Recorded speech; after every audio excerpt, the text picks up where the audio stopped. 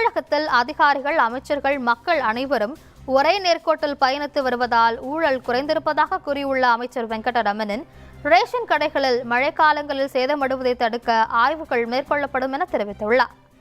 எல்லா இடங்களையும் எல்லா உரிமைகளையும் நிலைநாட்டுறதுக்காக பண்ணிட்டு இருக்கோம். நம்ம முதலமைச்சர் பேசும்போது தான் சொன்னாரு, எந்த இடத்துல மக்கள் என்ன தேவைகள் இருக்கோ அந்த தேவை உடனடியாக சென்றடையும் வகையில் எல்லாரும் பண்ணிட்டு இருக்கோம். சிலை இன்னைக்கு காலையில் கூட போய் நாங்கள் இந்த தியாகிகள் தினத்தில் அவங்களுக்கு போய் மாலை அணிவிச்சு வளர்ச்சி செஞ்சுட்டு இருக்கோம்.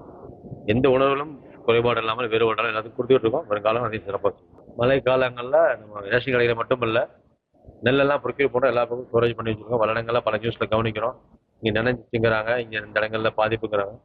பாதிப்பு வராத அளவுக்கு எல்லா இடங்கள்லையுமே குடோன்லேருந்து நம்ம நேரடி கொள்முதல் நிலையங்கள்லேருந்து நம்மளோட தாலுக் குடோன்லேருந்து ரேஷன் கடைகளும் எல்லா கடைகளும் ஆய்வு மேற்கொண்டு நான் மட்டும் இல்லை, துறை அதிகாரிகளும் துறை நிர்வாகிகளும் அந்தந்த ஜோன் இருக்கிறவங்களோட கடையை விசிட் பண்ணி மழை பெய்யுமா, இந்த மழை தண்ணி உள்ள வருமா அதெல்லாம் ஆராய்ச்சி பண்ணி முன்கூட்டியே எல்லா கடைகளையும் இந்த காரணத்துக்காக மட்டுமல்ல எல்லா காரணங்கள்லையும் உணவு பொருள் பாதிக்கப்படக்கூடாது, வேஸ்டா போடுறதுல கவனமாக மேற்கொண்டு எல்லாத்தையும் துரிதப்படுத்திட்டு இருக்கோம், தடுத்துருக்கோம்.